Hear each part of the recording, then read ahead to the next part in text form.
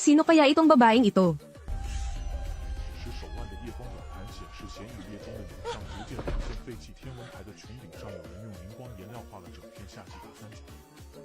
Ikaw pala, sa wakas, natagpuan din kita. Ang babae ay may nunal na katulad ng sa akin. Anong nangyayari? Fufakwan, na-spray ng paa ko. Pwede mo ba akong dalhin sa ospital? Iniisip mo ba ang nararamdaman ko? Ano bang nangyayari? Marahil ay dahil sa isang malakas na magnet. Paghiwalayin muna natin ang bracelet. Gumamit ng kaunting pampadulas. Marahil ay kaya itong mabuksan. Ate Lin, pakiusap, hindi lang po. Hinihintay kita. 自从上个月满月那年，他总能在冲洗的星空照里发现这些发光的图样。最诡异的是望远镜基座上那种蝴蝶图案。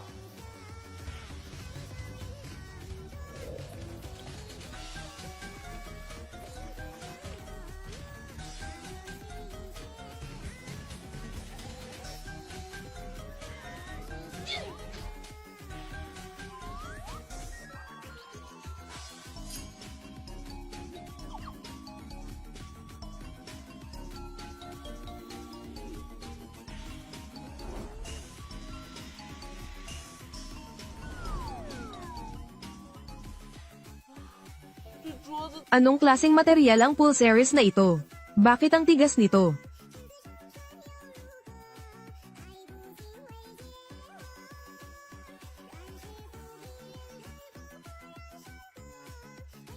Bakit ganon? Mayroon ka ring pulsaris na kapareho ng akin. Ako dapat ang nagtatanong niyan sa iyo. Masayang naglalaro ang dalawa. Sasanduan na ako ng driver ko. Ang kapal ng mukha. Teka lang. Dahan-dahan sa pagmamaneho. Hahanapang ako ni Fufakwan ng sigurado. Ganyan naman talaga ang mga palabas na Korean novela. Sumakay siya ng sasakyan. Hindi mo na siya mahabol. Dahil ito sa pulsaris na ito. Diyos ko. Nabasag na. Ano bang nangyayari?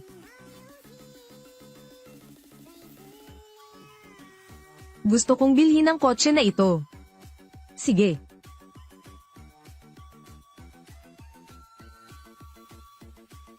Ang lalaking humahabol sa pag-ibig.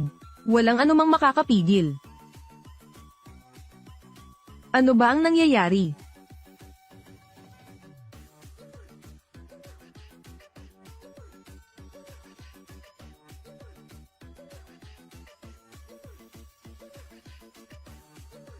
Bakit ka bumalik dito? Kakaiba.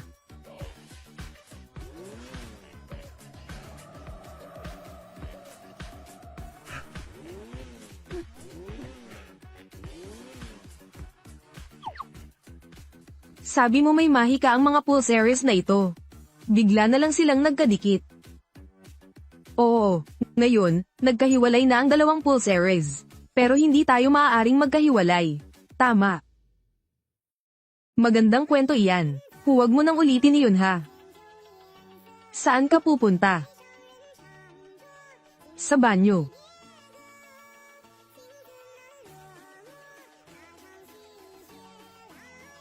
Babalaan kita. Banyo ito ng mga babae.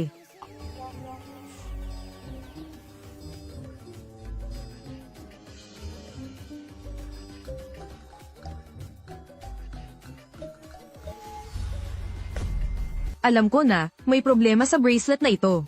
Pipilitin ako nito. Manyak. Guwapo naman. Yun pala'y isang manyak. Pakialaman mo naman ang boyfriend mo. Totoo kaya ang sinabi niya? Huwag mo na akong sundan. Ano sa tingin mo? Anong magagawa ko pa? Nga pala, saan galing ang bracelet mo? Dalhin mo yan sa Wanjing sa Jiangqing. At puntahan mo ang matandang lalaking si Fu. Tutulungan ka niya. Tama, pumunta ka sa Wanjing. Doon, mahahanap mo ang paraan. Ang mansyon ng Wanjing ay pag-aari ng lolo ko. Ano ang gagawin niya roon? Bakit pupunta sa mansyon ng Wanjing? Hindi pa kami gaanong close sa kanya. May ilang bagay na mahirap sabihin sa kanya. May isang matandang lalaki na ang apelyido ay Fu sa mansyon ng Wanjing. Malapit siya sa pamilya ko. Marahil ay makakahanap siya ng paraan. Kumusta ka?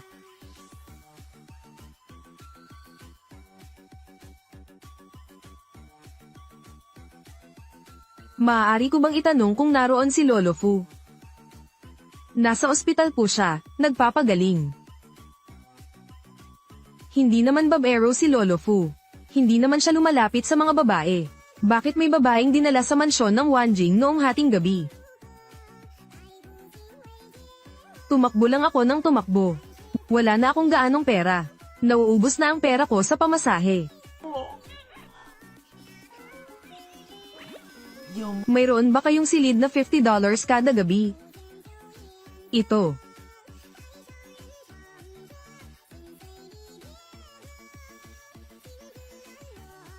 Ano? Dumating na si Fu Faquan sa Wanjing.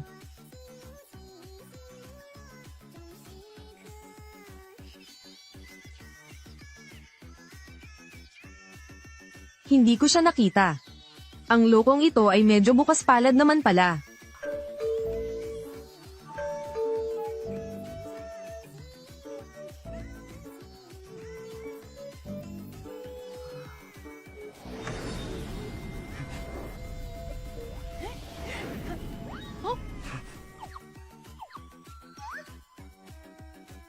CEO Fu, ito ang paborito mong inumin. Pasensya na sa abala.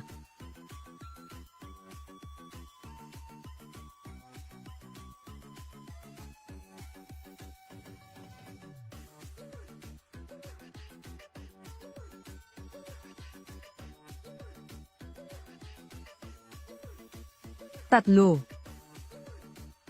Apat. 5.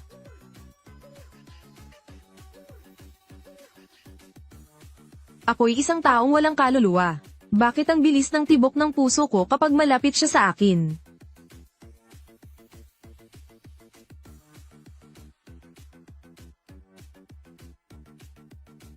Sinadya mo ba iyon?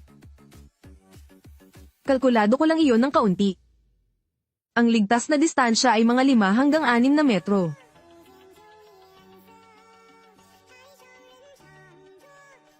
Bukas natin hahanapin ang matandang iyon.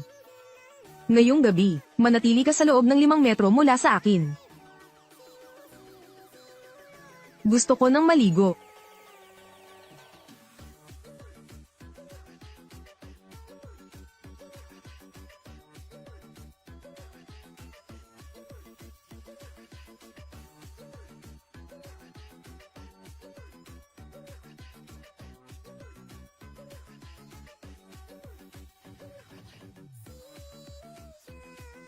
Huwag ka munang maligo. Kukunin ko lang ang telepono.